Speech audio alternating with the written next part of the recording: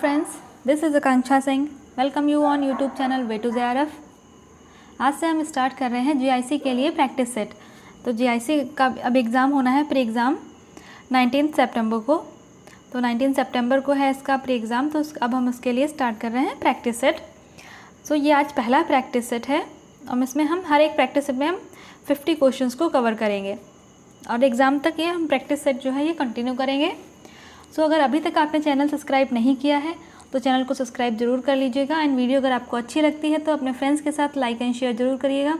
और इसमें जो मोस्टली क्वेश्चंस हैं वो सारे GIC में जो प्रीवियस एग्जाम्स में पूछे जा चुके हैं वो क्वेश्चन अभी हम स्टार्टिंग में कवर करेंगे।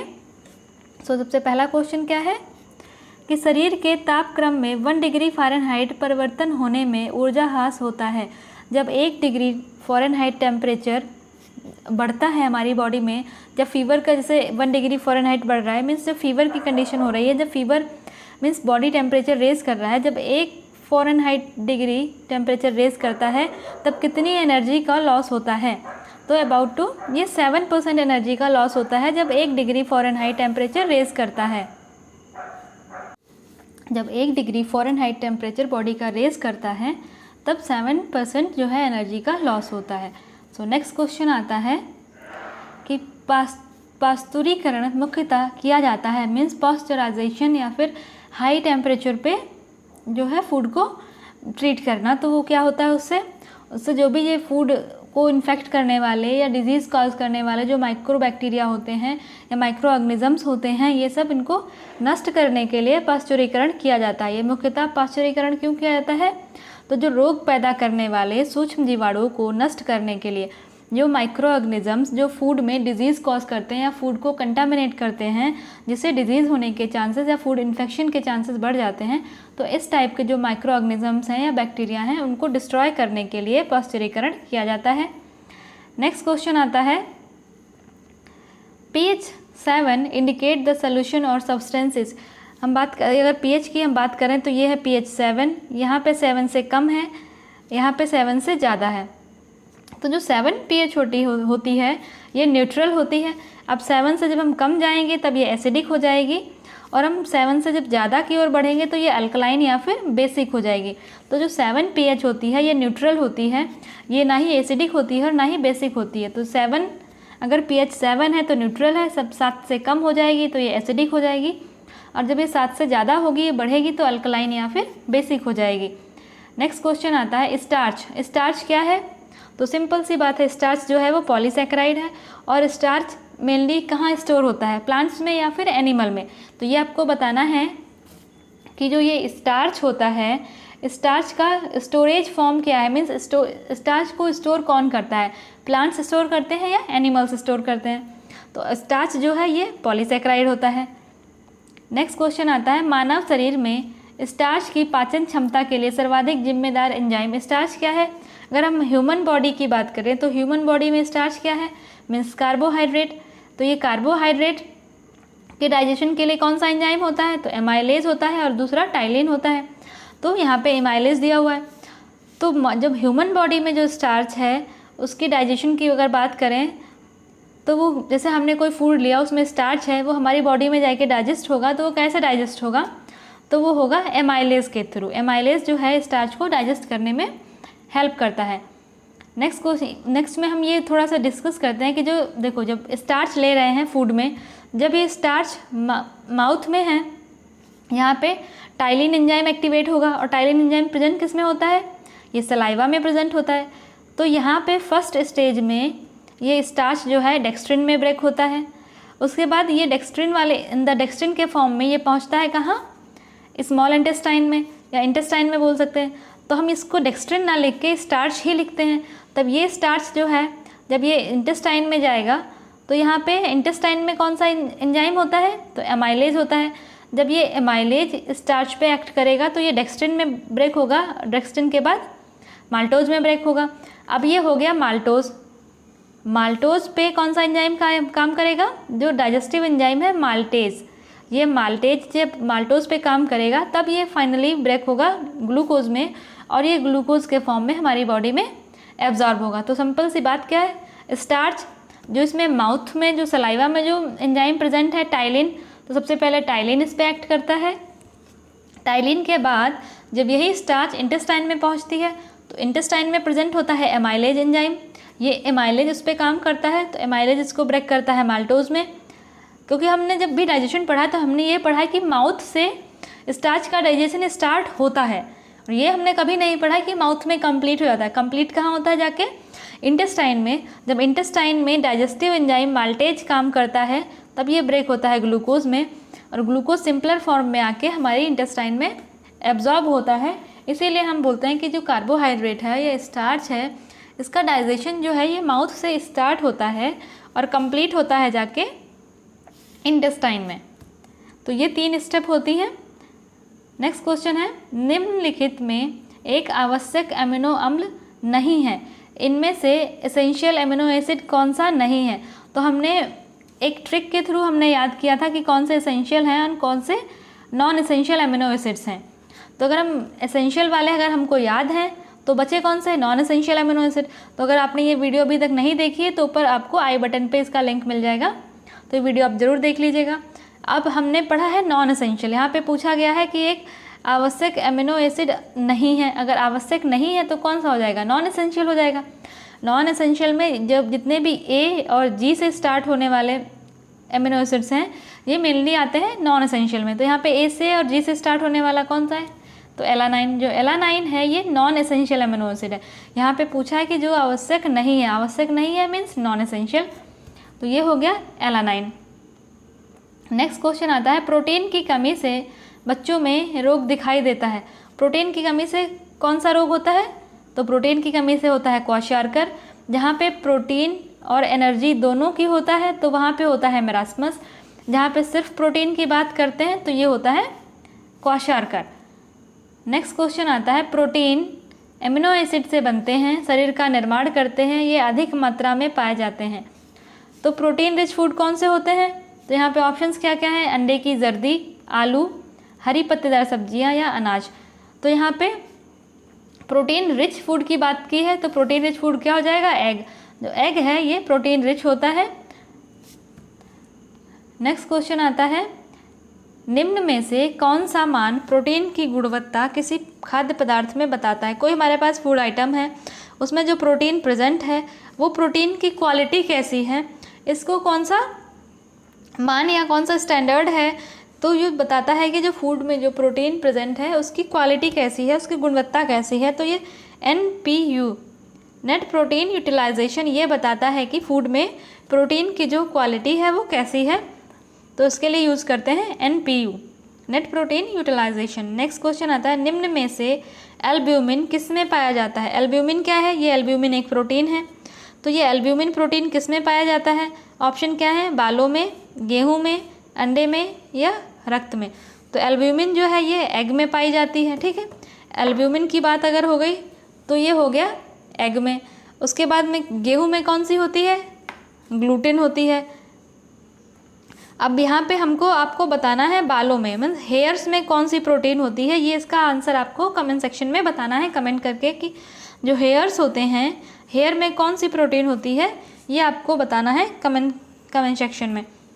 नेक्स्ट क्वेश्चन है, सोयाबीन में निम्न प्रोटीन पाया जाता है, इनमें से कौन सा प्रोटीन सोयाबीन में पाया जाता है? तो ग्लाइसिनिन जो है ये सोयाबीन में पाया जाता है।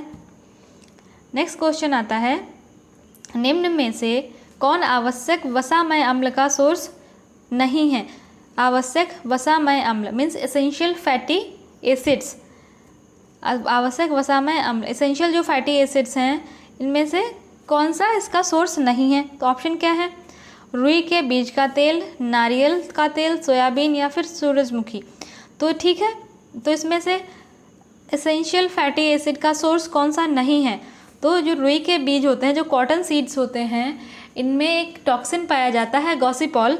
इसकी ये टॉक्सिन्स की वजह से इसका जो ऑयल होता है उसको एसेंशियल फैटी एसिड्स में नहीं काउंट करते हैं, मीन्स उसको बहुत ज़्यादा यूज़ नहीं किया जाता है, उसमें जो टॉक्सिन प्रेजेंट होता है गॉसिपॉल की वजह से।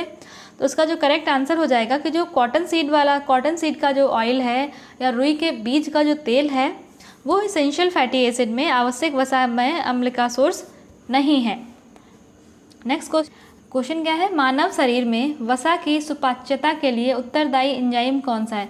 वसा की सुपाच्यता मीन्स फैट के डाइजेशन के लिए कौन सा एंजाइम होता है? तो फैट का डाइजेशन कौन करता है? तो वो लाइपेज। लाइपेज जो है ये फैट पे एक्ट करता है और फैट को डाइजेशन में हेल्प करता है, तो ये हो जाएगा लाइपेज।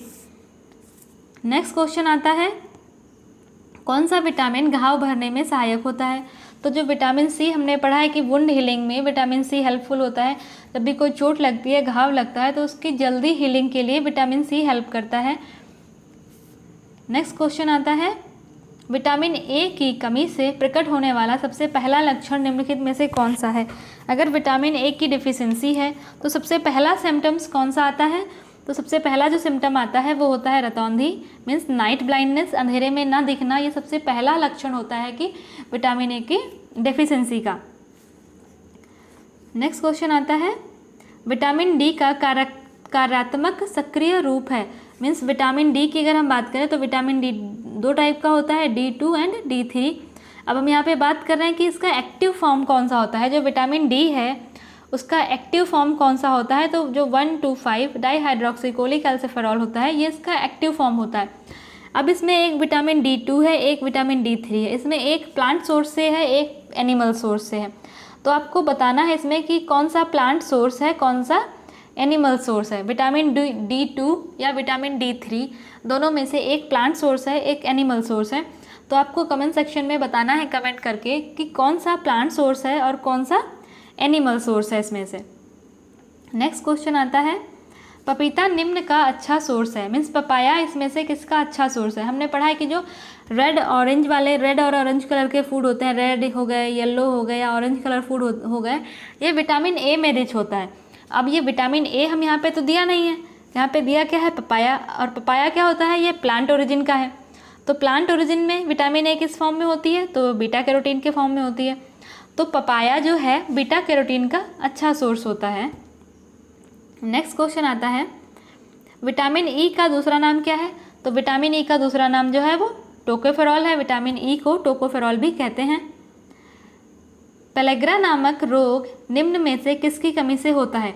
तो पेलेग्रा जो है वो नियासिन की कमी से हो जाता है। नियासिन की कमी से जो डिजीज़ होती है उसको बोलते हैं पेलेग्रा। और यहाँ पे जब नियासिन की डेफिशिएंसी होती है तो उसको हम बोलते हैं कि नियासिन की डेफिशिएंसी से जो डिजीज़ होती है उसको हम 3D भी बोलते हैं। 3D मतलब डायरिया, डिमेंशिया एंड डर्मेटाइटिस। ठीक है, ये 3D हो गए। और अगर इन्हें ज़्यादा दिनों तक या लॉन्ग टाइम तक इनको ट्रीट नहीं किया गया या इनके लिए कोई सप्लीमेंट्स नहीं दिए गए, इनका कोई ट्रीटमेंट नहीं लिया गया, तो ये इतनी सीवियर हो जाती है कि इससे डेथ भी कॉज करता है। तब ये हो जाता है, इसको 4D भी बोलते हैं कहीं कहीं। तो नियासिन की डेफिशिएंसी से जो डिजीज़ होती हैं उनको हम 3D डिजीज़ भी बोलते हैं, डायरिया, डर्मेटाइटिस एंड डिमेंशिया। अगर इनको लॉन्ग टाइम तक ट्रीट नहीं किया गया तो इससे डेथ भी हो सकती है, तब इसको बोलते हैं 4D डिजीज़। नेक्स्ट क्वेश्चन आता है, ऐश प्रतिशत खाद्य नमूनों में कहलाता है। ऐश मीन्स जब फूड कोई एक्सपेरिमेंट कर रहे हैं, वहाँ पे फूड को लेके उसको चेयर किया या बर्न किया, बर्न करने के बाद जो ऐश बचा मीन्स जो राख बचती है, उस राख से किस चीज़ का एस्टिमेशन करते हैं? तो जब वो राख बचती है या हम जो ऐश परसेंटेज लेते हैं, वहाँ से हम मिनरल का एस्टिमेशन करते हैं। नेक्स्ट क्वेश्चन आता है, किस प्रकार के भोज्य पदार्थ को रक्षात्मक भोज्य पदार्थ कहते हैं? रक्षात्मक मतलब प्रोटेक्टिव फूड कौन से फूड होते हैं? तो जिनमें विटामिन्स और मिनरल्स होते हैं, ऐसे फूड जो होते हैं वो प्रोटेक्टिव फूड होते हैं। तो विटामिन्स और मिनरल वाले फूड को हम प्रोटेक्टिव फूड कहते हैं।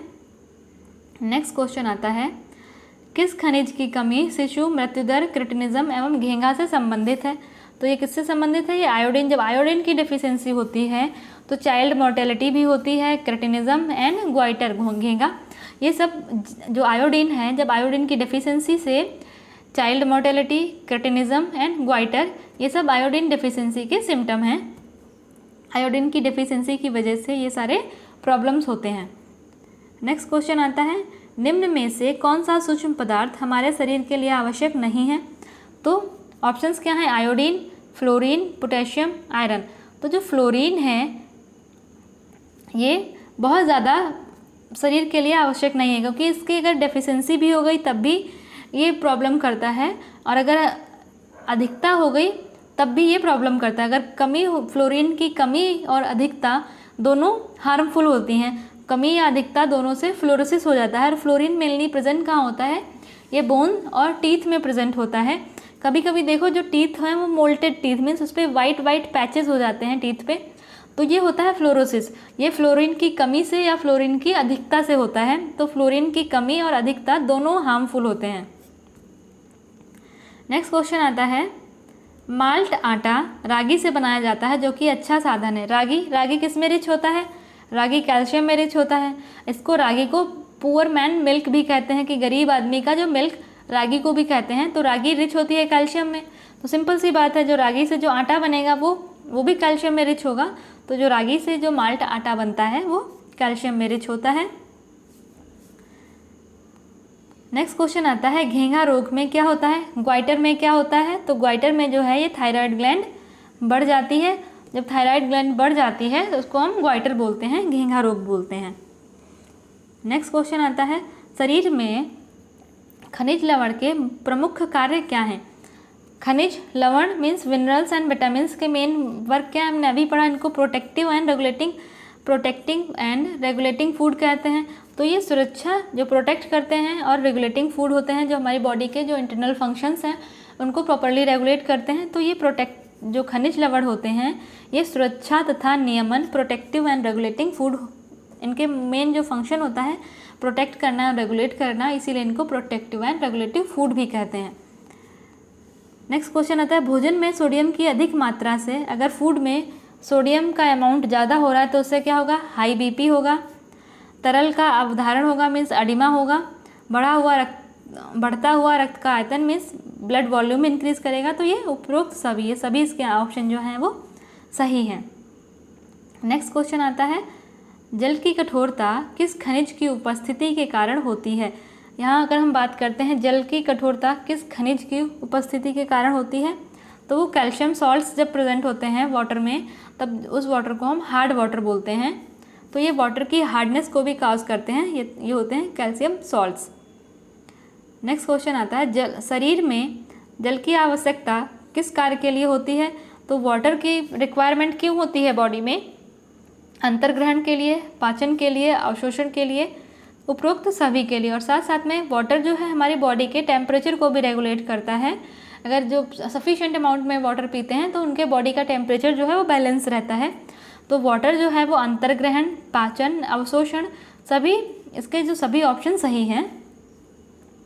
नेक्स्ट क्वेश्चन आता है, पानी के स्टरलाइजेशन के लिए प्रयुक्त करते हैं। पानी का स्टरलाइजेशन मीन्स वाटर की क्लीनिंग के लिए क्या प्रयुक्त करते हैं, क्लोरीन, ब्लीचिंग, सोडा और साइट्रिक एसिड, इनमें से सभी। तो ऑल ऑफ दीज, इनमें से सभी पानी के स्टरलाइजेशन के लिए सभी चीज़ें यूज़ की जाती हैं। नेक्स्ट क्वेश्चन आता है, तालाब तथा कुओं के जल को शुद्ध करने के लिए प्रयोग किया जाता है।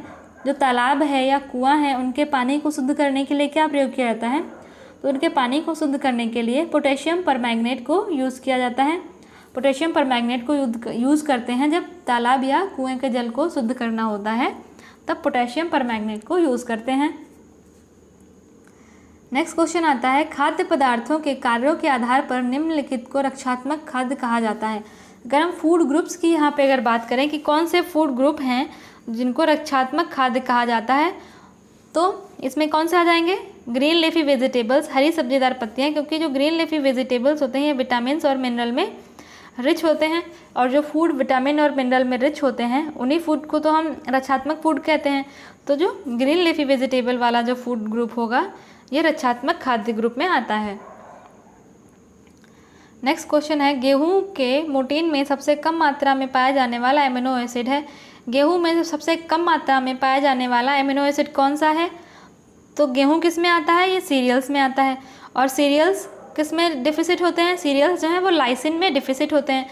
तो सिंपल सी बात है, गेहूं में लाइसिन नहीं मिलेगा। और ये लाइसिन रिच पल्सेस जो हैं, पल्सेस में लाइसिन जो है ज़्यादा अमाउंट में पाया जाता है। पल्सेस जो हैं ये लाइसिन में रिच होती हैं, सीरियल्स लाइसिन में डेफिसिट होते हैं। नेक्स्ट क्वेश्चन आता है, दाल अच्छा साधन है। तो हमने अभी बात की पल्सेस अच्छा सोर्स होती है प्रोटीन का। पल्सेस, देखो जो पल्सेस होती हैं प्रोटीन का अच्छा सोर्स होती हैं और लाइसिन, और ये लाइसिन में रिच होती हैं, तो इसको हम याद कर सकते हैं PL, pulses are rich in lysine. CM, तो cereals are rich in methionine. Next question आता है दालों में पाया जाने वाला रोधक है, मीन्स कौन सा फैक्टर है जो पल्सेस हैं, पल्सेस में जो न्यूट्रिएंट प्रेजेंट हैं उनको एब्जॉर्ब होने से रोकता है, तो कौन सा है वो? ट्रिप्सिन इनहिबिटर होता है, पल्सेस में ट्रिप्सिन इनहिबिटर पाया जाता है। अच्छी जेली की पहचान होती है, अच्छी जेली कौन सी कैसी जेली को हम बोलेंगे कि वो अच्छी जेली है? तो ऐसी जेली जो ट्रांसपेरेंट होती है उसको हम बोलते हैं कि ये जेली जो है वो अच्छी होती है। और जेली बनाने के लिए एक क्या चीज़ है जो सबसे इम्पॉर्टेंट है, जो होना ही चाहिए, तो ये भी आपको बताना है कि जेली फॉर्मेशन के लिए क्या चीज़ है जो इम्पॉर्टेंट है जिसकी वजह से जेली बनती है। तो क्वेश्चन अभी आपके कितने हो गए? एक तो स्टार्च, स्टार्च कहाँ स्टोर होता है, प्लांट्स में या एनिमल्स में? उसके बाद हेयर्स, हेयर में कौन सी प्रोटीन होती है? उसके बाद विटामिन D2 एंड D3, इसमें से एक प्लांट सोर्स से है, एक एनिमल सोर्स से है, तो इनमें कौन सी प्लांट सोर्स से है, कौन सी एनिमल सोर्स से है? ये क्वेश्चन आपके हैं, आपको इनको सारे क्वेश्चंस का आंसर कमेंट सेक्शन में बताना है। नेक्स्ट क्वेश्चन आता है चाय में पाया जाता है थियोफाइलिन, कैफीन, टैनिक एसिड, इनमें से सभी। तो चाय में जो है इनमें से सभी पाया जाता है।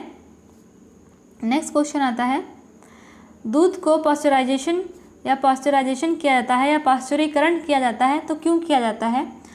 सूक्ष्म जीवों को मारने तथा दूध को लंबे समय तक संरक्षित रखने के लिए, क्रीम निकालने के लिए, खमीर खत्म करने के लिए या विटामिन बढ़ाने के लिए। तो मिल्क का पास्चराइजेशन क्यों करते हैं? वो इसलिए करते हैं कि उसमें जो माइक्रो ऑर्गेनिज्म प्रेजेंट्स हैं उनको किल कर दिया जाए, जिसकी वजह से जो है मिल्क जो है वो ख़राब नहीं होगा। तो सूक्ष्म जीवों को मारने तथा दूध को लंबे समय तक संरक्षित रखने के लिए दूध का पास्चराइजेशन किया जाता है। नेक्स्ट क्वेश्चन आता है अंडे के छिलके की संरक्षण आवरण निम्न है। जो एग है, एग का जो सेल है, ऊपर जो छिलका है, उसकी जो संरक्षण वाली आवरण होता है, जो सबसे बाहरी लेयर होती है, उसको क्या बोलते हैं? वो किससे बनी होती है? उसको बोलते हैं क्यूटिकल। जो सबसे बाहरी लेयर होती है उसको क्यूटिकल बोलते हैं। नेक्स्ट क्वेश्चन है मछली को मस्तिष्क का भोजन कहा जाता है क्योंकि उच्च मात्रा में पाया जाता है। मछली को मस्तिष्क का भोजन क्यों कहा जाता है? क्योंकि इसमें उच्च मात्रा में तांबा, कॉपर एवं मैग्नीशियम जो है हाई अमाउंट में पाया जाता है, और ये सारे न्यूट्रिएंट्स जो हैं, ये सारे मिनरल्स जो हैं, ये ब्रेन डेवलपमेंट के लिए बहुत इंपॉर्टेंट होते हैं। इसीलिए जो फिश है, जो मछली है, उसको मस्तिष्क का भोजन कहा जाता है क्योंकि इसमें तांबा, कॉपर एवं मैग्नीशियम प्रेजेंट होता है। नेक्स्ट क्वेश्चन आता है चुनिंदा पोषक तत्वों को शामिल करना जो एक भोजन विशेष में सामान्यतः नहीं पाए जाते हैं। तो ऐसे कौन से फूड होते हैं जो एक भोजन में नहीं पाए जाते हैं बट, तो उसको क्या बोलते हैं? उसको बोलते हैं सुदृढ़ीकरण। मीन्स ऐसे न्यूट्रिएंट्स जो फूड में नहीं प्रेजेंट हैं, उसके बाद फूड को उसमें न्यूट्रिएंट को फूड में इनकॉर्पोरेट करना, उसको बोलते हैं फोर्टिफिकेशन या फिर सुदृढ़ीकरण। जैसे सॉल्ट है, सॉल्ट में आयोडीन प्रेजेंट नहीं होता है बट उसको आयोडीन को उसमें फोर्टिफाई कर रहे हैं, आयोडीन का सुदृढ़ीकरण कर रहे हैं। तो ये बोलता है कि जो न्यूट्रिएंट फूड में नहीं है बट उनको फूड में अलग से शामिल करना, उनको फूड में अलग से इनकॉर्पोरेट करना, उसको बोलते हैं फोर्टिफिकेशन या फिर सुदृढ़ीकरण। नेक्स्ट क्वेश्चन आता है FSSAI। तो FSSAI का फुल फॉर्म क्या है? इसका फुल फॉर्म होता है food safety and standard authority of India. तो FSSAI का फुल फॉर्म है food safety and standard authority of India. तो ये कब आया था, कौन से ईयर में आया था? तो इसका आंसर आपको कमेंट सेक्शन में देना है कि जो FSSAI है ये किस ईयर में लागू किया गया था, कौन से ईयर में लागू किया गया था। और इसका फुल फॉर्म होता है food safety and standard authority of India. Next question आता है निम्नलिखित आहार सर्वेक्षण की विधि नहीं है।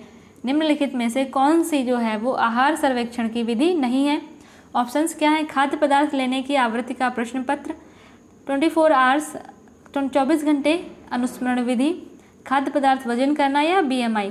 तो जो BMI है, बॉडी मास इंडेक्स, ये आहार सर्वेक्षण की विधि नहीं है। तो जो BMI है ये आहार सर्वेक्षण की विधि नहीं है। बाकी तीनों ये खाद्य पदार्थ लेने की आवृत्ति का प्रश्न पत्र, 24 घंटे अनुस्मरण विधि और खाद्य पदार्थ वजन करना, ये तीनों आहार सर्वेक्षण की विधि हैं। ये BMI जो है ये आहार सर्वेक्षण की विधि नहीं है। नेक्स्ट क्वेश्चन आता है, निम्न में सामान्यतः कौन सा संतुलित आहार के लिए आवश्यक नहीं है? इनमें से कौन सा संतुलित आहार के लिए आवश्यक नहीं है? फल एवं सब्जी, सलाद, दालें या चाय? तो चाय जो है ये बैलेंस डाइट में नहीं आता है। चाय मीन्स टी जो है ये बैलेंस डाइट में नहीं आता है। बाकी फल एवं सब्जी हो गए, सलाद हैं, दालें हैं, ये सभी बैलेंस डाइट में आता है। बट अगर हम चाय की बात करें तो ये बैलेंस डाइट में नहीं आता है। नेक्स्ट क्वेश्चन है, रोगी के लिए आहार आयोजित करते समय निम्न में से किस पर ध्यान दिया जाता है? अगर कोई पेशेंट है उसके लिए डाइट प्लान कर रहे हैं तो उसमें कौन सी बातें ध्यान में रखनी चाहिए? ऑप्शन क्या क्या है? रोग का कारण जानना, आहार की प्रकृति जानना, रोगी की भोजन संबंधी आदतें, इनमें से सभी। तो इसका जो डी ऑप्शन है ये सभी, इनमें से सभी जो है वो करेक्ट आंसर हो जाएगा कि पहले तो उसका रोग क्या है उसके अकॉर्डिंग फूड प्लान करना, फिर आहार की प्रकृति क्या है और उसकी भोजन संबंधी उसकी आदतें क्या है, लाइक्स एंड डिसलाइक क्या है, इन सब चीज़ों को ध्यान में रख के ही फूड को जो डाइट है उसको प्लान करते हैं। नेक्स्ट क्वेश्चन है, इनमें से कौन सा उत्तम योजना का गुण नहीं है? अगर हम इसमें बोलें कि एक बेस्ट प्लानिंग का गुण नहीं है तो वो कौन सा नहीं है? उसे निरंतर बना रहना चाहिए, प्रारंभ में स्थायी रहना था, कालांतर में बदलना नहीं चाहिए, इसके विभिन्न स्तर अंतर संबंधित हैं, प्राथमिक आवश्यकताओं को महत्व देना चाहिए। तो ये जो इसका बी ऑप्शन है कि प्रारंभ में स्थायी रहना और कालांतर में बदलना नहीं चाहिए, ये एक बेस्ट प्लानिंग का एग्जाम्पल नहीं है। हमारी बेस्ट प्लानिंग वही होती है कि जो सिचुएशन के साथ अगर हमने कोई प्लान किया था बट उसमें कुछ पॉइंट्स या कुछ सिचुएशन ऐसे आ गए कि वहाँ पे कुछ प्रॉब्लम हो गई, तो उस प्रॉब्लम के अकॉर्डिंग प्लान को वहाँ पे थोड़ा सा मॉडिफाई करना, ये थोड़ी सी प्लान में फ्लेक्सिबिलिटी होनी चाहिए। और यहाँ पे दिया है कि प्लान में फ्लेक्सिबिलिटी नहीं होनी चाहिए, तो ये ऑप्शन गलत है, ये बेस्ट प्लानिंग का एग्जाम्पल नहीं है। बाकी तीनों जो हैं ऑप्शन ये बेस्ट प्लानिंग के एग्जाम्पल हैं। नेक्स्ट क्वेश्चन आता है, दाल और चावल को अलग खाने की अपेक्षा खिचड़ी जो दाल चावल से बनती है उसमें अधिक पौष्टिकता होती है, क्यों?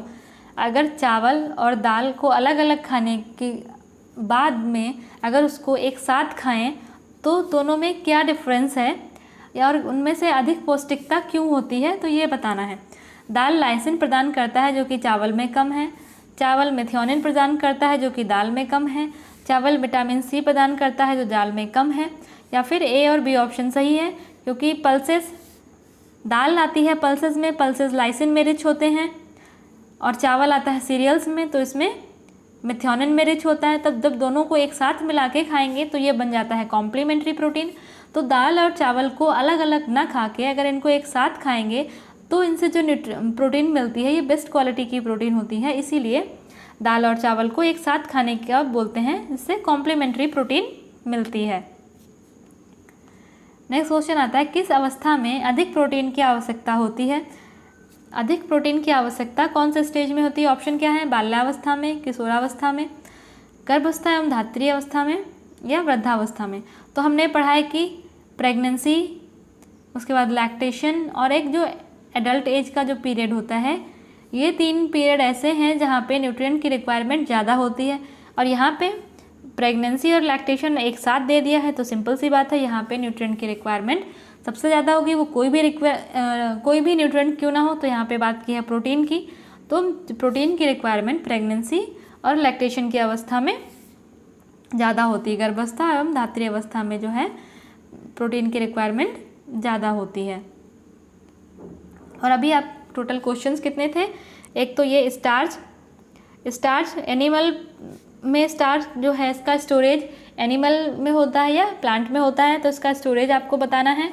उसके बाद हेयर है, हेयर में कौन सी प्रोटीन होती है ये आपको कमेंट सेक्शन में बताना है आंसर करके। उसके बाद D2 vitamin D2 and vitamin D3, इसमें से एक प्लांट सोर्स से है एक एनिमल सोर्स से है, तो इसमें से कौन सी विटामिन D प्लांट सोर्स से है और कौन सी विटामिन D एनिमल सोर्स से है ये भी बताना है। उसके बाद FSSAI, इसका ईयर ऑफ इनेक्टमेंट, ये FSSAI कौन से ईयर में लागू किया गया था या कौन से ईयर में आया है, इसका आंसर भी आपको कमेंट सेक्शन में देना है। एंड वीडियो अगर आपको अच्छी लगी हो तो लाइक एंड शेयर ज़रूर करिएगा, और आपके जितने भी फ्रेंड्स होम साइंस से रिलेटेड किसी भी सब्जेक्ट की अगर प्रिपरेशन कर रहे हैं तो उनके साथ ये वीडियो ज़रूर शेयर करिएगा। एंड अगर अभी तक आपने यूट्यूब चैनल सब्सक्राइब नहीं किया है तो चैनल को भी सब्सक्राइब ज़रूर कर लीजिएगा। मिलते हैं नेक्स्ट वीडियो में, तब तक के लिए wish you all the very best, good luck, bye bye.